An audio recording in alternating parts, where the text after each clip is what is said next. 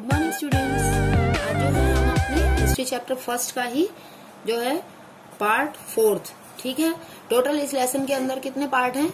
Total इस lesson के अंदर 6 पार्ट हैं। 6 पार्ट में से जो है आज हम फोर्थ पार्ट करेंगे, which is very much important for us, ठीक है। ये एग्जामिनेशन पॉइंट ऑफ व्यू से भी बहुत ज्यादा इम्पोर्टेंट है। देखो, जर्मनी का एकीकरण और इटली का एकीकरण दो हम पढ़ेंगे, the making of Germany and Italy.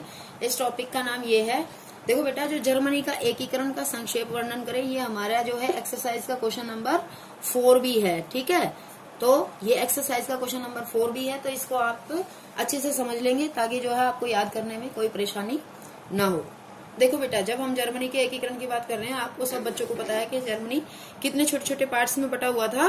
39 छोटे छोटे पार्ट्स में जर्मनी बटा हुआ था, ठीक है। तो उन 39 पार्ट्स में जर्मनी छोटे छोटे पार्ट्स में बटा हुआ था।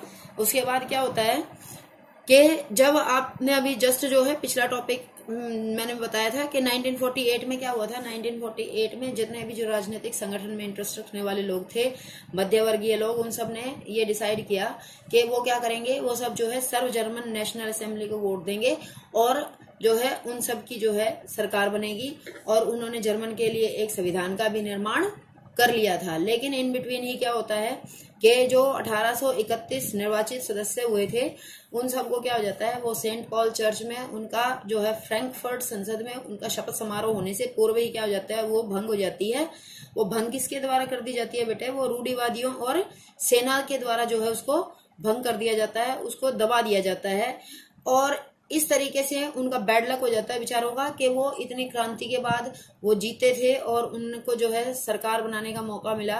उनको जो है लोगों को जो है देश को टैकल करने का, देश को हैंडल करने का मौका मिला, लेकिन वो जो है अपनी बेवकूफी की वजह से ही इस मौके को हाथ से गवा बैठे थे, ठीक है। तो इसमें जो है इनका जो ये था सर्व जर्मन नेशनल असेंबली थी, इसके अंतर्गत जितने भी लोग थे जो भी निर्वाचित हुए थे उन सबको खत्म कर दिया गया था, ठीक है। तो ये जो था हमारा उदारवादी जो हमारा ग्रुप था, ठीक है, उदारवादी ग्रुप के काफी सारे लोग थे उसके अंदर। तो उदारवादी ग्रुप क्या कह रहा था कि उदारवादी ग्रुप क्या करना चाहता था, वो चाहता था कि भाई किसी भी तरीके से करके क्या हो जाए, जर्मनी का एकीकरण हो जाए। समझ रहे हैं आप? तो जर्मनी के एकीकरण के लिए उसने ये भी मंजूर किया कि अगर मान लीजिए जो है ये रूढ़िवादी और ये सेना मिल चुके हैं आपस में, ठीक है, तो इन्होंने भी अपना टारगेट अब क्या बना लिया था बेटे? इन्होंने भी अपना टारगेट बना लिया था जर्मनी के एकीकरण को ही इन्होंने भी अपना टारगेट बना लिया था कि भाई ठीक है, हम जर्मनी को क्या बना के छोड़ेंगे, एक जो है राष्ट्र राज्य बना करके छोड़ेंगे हम भी जर्मनी को। जर्मनी अब पहले की तरह नहीं रहेगा, जर्मनी में भी समान भाषा होगी, समान जो है वहां पे रीति रिवाज, कल्चर, ये सब चीजें एक जैसी होंगी। इसके लिए क्या किया उन्होंने, वो भी जो है राष्ट्रवाद की वो जो भावना थी वो अब किस में बदल गई थी, जर्मनी के एकीकरण की तरफ जो है वो प्रोसीड हो चुकी थी। जिसका मुखिया कौन थे? ये एरिस्टोक्रेट्स थे सारे। और उसके बाद जो है सेना थी, और उन सेनाओं में जो उन सेनाओं के अतिरिक्त कौन था बेटा जो सबसे इंपॉर्टेंट था, वो था पर्शा कंट्री, ठीक है। पर्शा कंट्री के जो बड़े बड़े भूस्वामी थे, जिनको द ग्रेट जंकर्स कहते हैं हम, उन्होंने जो है जर्मन के एकीकरण का काम अपने हाथों में संभाला। और पर्शा का जो सबसे इंपॉर्टेंट नाम है वो है ओटो वान बिस्मार्क, ठीक है। ओटो वान बिस्मार्क जो है, इसको आपको पूरी अच्छी तरह से याद रखना है कि अगर ये पूछा जाता है कि जर्मनी के एकीकरण में सबसे महत्वपूर्ण रोल किसका था, तो ओटो वान बिस्मार्क का सबसे महत्वपूर्ण रोल था, जिसने जो है जर्मनी को बनाया था जर्मनी, ठीक है। नहीं तो जर्मनी पहले छोटे छोटे 39 पार्ट्स में बटा हुआ था। ओटो वान बिस्मार्क कौन होता है बेटा? ये होता है पर्शा का प्रमुख मंत्री होता है ये ओटो वान बिस्मार्क।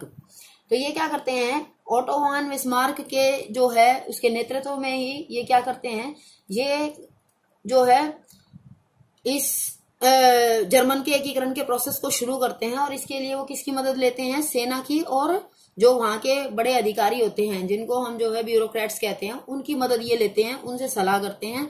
और उसके बाद जो है पर्शा 7 साल तक लगातार जो है 3 युद्ध करता है 3 कंट्रीज से, ठीक है। 7 साल 3 युद्ध 3 कंट्रीज, FDA, कौन कौन सी कंट्री है? F for France, G for Denmark और A फॉर ऑस्ट्रिया। इन तीनों कंट्रीज से युद्ध करता है और इन तीनों कंट्रीज को क्या कर देता है? युद्ध में हरा देता है। ठीक है, इनकी युद्ध में क्या हो जाती है? हार हो जाती है। ये वाली हार नहीं, गले में पहनने वाली हार नहीं, बिल्कुल हार वाली हार, डिफीट, यानी कि ये डिफीटेड हो जाते हैं। पर्शिया के साथ जो युद्ध होता है उसमें कौन कौन से कंट्री हैं? फ्रांस, डेनमार्क और ऑस्ट्रिया। कितने साल युद्ध चलता है? 7 साल युद्ध चलता है, और जिसमें 7 साल में कितने युद्ध होते हैं? 3 युद्ध होते हैं। ठीक है, और पर्शिया का जो है प्रमुख मंत्री कौन है? Auto von Bismarck. ठीक है बेटा, इसके बाद आगे देखो, इस युद्ध के बाद ये हार जाते हैं और फिर फाइनली क्या हो जाता है? जनवरी 1871 में, यानी कि 1871 में क्या हो जाता है? Unification of Germany. ठीक है, यानी कि जर्मनी का एकीकरण हो जाता है। जर्मनी का जो है एकीकरण होने की खुशखबरी हो जाती है इनके। उसके बाद इस खुशखबरी में क्या किया जाता है? इस खुशखबरी में बनाया जाता है किंग। दिख रहा है किंग कितना सुंदर बनाया है, मैंने ताज भी पहना दिया बेटा। इसको बनाया जाता है और किंग का क्या नाम होता है? काइजर विलियम प्रथम। ये कहाँ का किंग है? ये पर्शिया का किंग ही होगा ऑब्वियसली, क्योंकि पर्शिया ने जो है इतने सारे युद्ध किए इन सारे कंट्रीज के साथ, तो किंग किस कंट्री का बनेगा? पर्शिया कंट्री का। पर्शिया कंट्री का किंग बनाया जाता है काइजर विलियम प्रथम। और इसका जो है ओथ सेरेमनी जो है एक बहुत सुंदर महल में होती है, जो वर्साए का एक महल होता है जिसका नाम क्या है? Hall of mirrors. मिरर का मतलब क्या होता है? मिरर मतलब क्या है? अच्छा, आपको तो पता है भाई, मिरर मतलब शीशा। हाँ, तो हॉल ऑफ मिरर क्या है? हॉल ऑफ मिरर है शीश महल। ठीक है, तो ये हॉल ऑफ मिरर में क्या होती है? वहां पर इसकी ओथ सेरेमनी होती है, शपथ समारोह इसका किया जाता है। और उसके बाद क्या होता है? उसके बाद जो है काइजर विलियम प्रथम जो है फॉर्मल तरीके से जो है किंग बन जाता है, और पर्शिया जो है अब जर्मन पर रूल करने लग जाता है। तो पर्शिया राज्य क्या करता है बेटे? पर्शिया राज्य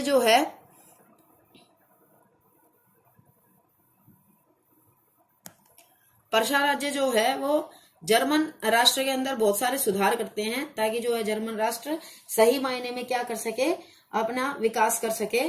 ठीक है, तो उसके लिए वो कौन कौन से क्षेत्रों में विकास करते हैं? मुद्रा, बैंकिंग और कानूनी तथा न्याय व्यवस्था है। मुद्रा यानी कि currency, banking, legal and judicial system, इसके अंदर जो है वो सुधार करते हैं।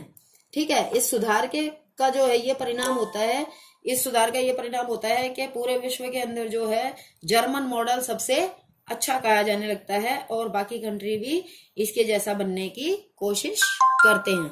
तो बेटा ये इस तरीके से दिया तो हो गया हमारा जर्मन का एकीकरण। ठीक है, आपको थोड़ा सा इंट्रोडक्शन जरूर देना है कि भाई जो क्रांतिकारी थे उनका आंदोलन, उनका जीत के बाद भी जो है वो असफल हो गए थे। उसके बाद उदारवादियों ने क्या किया? उदारवादियों ने अपने ग्रुप ने ये कहा कि हमें जो है जर्मनी का एकीकरण चाहिए, चाहे वो किसी भी कीमत पर कोई भी करे। ठीक है, तो ऐसे में फिर पर्शिया ने जो है इसमें महत्वपूर्ण रोल अदा किया, और पर्शिया का प्रमुख मंत्री था ओटो वन बिस्मार्क। ठीक है, पर्शिया ने 7 ईयर्स तक जो है थर्ड बैटल्स किए, 3 कंट्रीज के साथ, उनका नाम आपको याद कर लेंगे। उसके बाद फाइनली जनवरी 1871 में यूनिफिकेशन ऑफ जर्मनी हो जाता है, और काइजर विलियम प्रथम को जो है क्या बना दिया जाता है? ये देखो किंग। ओके, और फिर उसकी ओथ सेरेमनी हो जाती है कहाँ पर? हॉल ऑफ मिरर्स, यानी कि शीश महल के अंदर।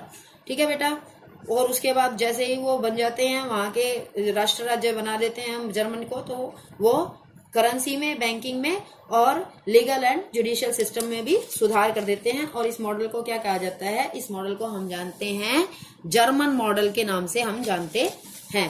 ओके बेटा, अब जो है जल्दी से हम सेकंड पार्ट भी कर लेते हैं, इटली का एकीकरण। इटली के एकीकरण के विषय में मैंने आपको वैसे पहले थोड़ा सा बता दिया था, जब मैंने आपको ज्यूसेppe मैस नहीं पढ़ाया था, तब मैंने आपको बताया था कि इटली का एकीकरण कैसे हुआ था। ठीक है, देखो आप सबसे पहले तो आप ये देख लीजिए बेटे कि इटली जो है पहले कैसे था। 19वीं सदी तक जो है इटली छोटे छोटे 7 राज्यों में बटा हुआ था। ठीक है, उसमें से एक राज्य ऐसा था जिस पर इतावली राजघराना यानी कि इटालियन प्रिंसली का राज होता था। बाकी 6 जो राज्य थे उनमें अलग अलग तरीके का राज था। तो ये हमने जो है एक रफ सा मैंने इटली का मैप बनाया है आपको समझाने के लिए कि देखो हम 4 दिशाएं मानते हैं, पूर्व, पश्चिम, उत्तर, दक्षिण। ओके, तो यहाँ पर क्या सिस्टम था बेटा कि उत्तर वाले पार्ट पर किसका राज था? उत्तर वाले पार्ट पर ऑस्ट्रियाई हैब्सबर्ग का था। मध्य में, इटली के मध्य पार्ट में पोप का शासन होता था और इटली के दक्षिणी पार्ट में जो है स्पेन के ब्रूगो राजवंश का शासन होता था। ठीक है, इस तरीके से जो है कुल मिलाकर के ये सारा जो है ये इस तरीके से काम कर रहे होते हैं। केवल एक इतावली राजघराना होता है जिसका नाम क्या है, जिसका नाम क्या है बताओ, आप बताओ बच्चों, क्या है उसका नाम? उसका नाम है एसपी साहब। एसपी साहब कौन है? सार्डिनिया। ओके, अब ये यहाँ पर सबसे खराब बात क्या थी कि ये इतने सारे होने के साथ साथ जो है यहाँ पर क्या थी, बहुत सारी भाषाएं बोली जाती थी, बहुत सारे धर्म फॉलो किए जाते थे, जो कि यहाँ पे सबसे बुरी बात थी। ये सब क्या चाहते थे? ये सब चाहते थे, ये सब कौन? क्रांतिकारी लोग। क्रांतिकारी क्या चाहते थे कि क्या होना चाहिए, इटली का एकीकरण हो जाना चाहिए।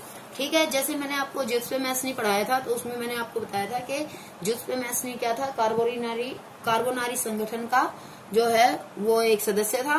इसके अलावा जुसेप्पे मैसनी ने खुद क्या बनाए थे, यंग इटली और यंग यूरोप। ठीक है, यंग इटली और यंग यूरोप दोनों बनाए थे। तो इटली जो है, यंग इटली जो है वो बाद में क्या हो गया था, वो खत्म हो गया था। लेकिन जुसेप्पे मैसनी ने अपने आइडियाज किधर भेज दिए थे? इससे पहले ही जुसेप्पे मैसनी ने अपने आइडियाज भेज दिए थे बेटा इधर। ठीक है, जुसेप्पे मैसनी ने अपने आइडियाज इधर भेज दिए थे, किसके पास? सार्डिनिया पिएडमोंट के शासक के पास, विक्टर के पास, कि भाई क्या करना है, इटली के एकीकरण का कार्य जरूर होना चाहिए। और इस बात में वहां के जो पढ़े लिखा वर्ग भी था वो भी क्या समझता था कि हाँ भाई इटली का एकीकरण होना चाहिए, क्योंकि अगर इटली का एकीकरण होगा तो आर्थिक विकास होगा और राजनीतिक सत्ता में उनको जो है शामिल होने का मौका भी मिल जाएगा। ठीक है, तो फिर इस सारे काम को यानी कि इटली के एकीकरण को कैसे करना है, तो उसने विक्टर ने क्या किया था बेटे, अपने मंत्री कावूर को बताया कि भाई किस तरीके से हम इटली को एक कर सकते हैं, आप इसके बारे में प्लानिंग बनाओ। तो मंत्री प्रमुख कौन था?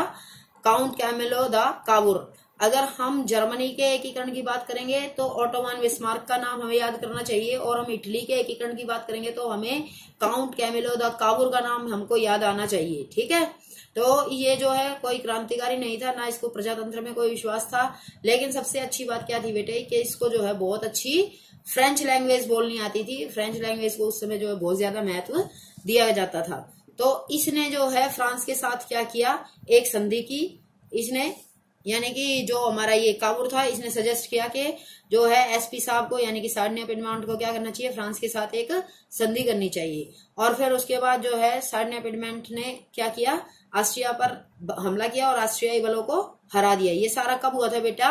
1859 में। ठीक है, जब ये बहुत तेजी से ये सब काम हो रहा था तो उसी समय जो है जुसेप्पे गैरिबाल्डी भी वहां पर शामिल हो गया और अपनी सशस्त्र सेना लेकर के। ये जो है ये भी बहुत इंपॉर्टेंट नाम है। उसके बाद 1960 में उसने दोनों सिसिलियों के राज्य में प्रवेश कर लिया और फाइनली 1861 में जो है क्या हो जाता है, इटली का एकीकरण हो जाता है। और विक्टर जो पहले कौन था, सार्डिनिया पिएडमोंट का जो शासक था विक्टर एमेनुएल, उसको क्या बना दिया जाता है, वहां का किंग बना दिया जाता है। ठीक है, इस तरीके से जो है ये दोनों पार्ट्स अपने कंप्लीट होते हैं, इटली का एकीकरण और जर्मनी का एकीकरण। इसके बाद बेटा एक और भी इम्पोर्टेंट हमारे पास है, इसके अलावा हमारे पास जो है एक ब्रिटेन का टॉपिक भी है। ठीक है, कि ब्रिटेन की अजीब दास्तान, कि ब्रिटेन कैसे जो है एक होता है। ब्रिटेन के बारे में जो है, ब्रिटेन के बारे में कुछ खास नहीं है। ब्रिटेन का जो है वो बहुत ही अजीब सा स्ट्रक्चर है।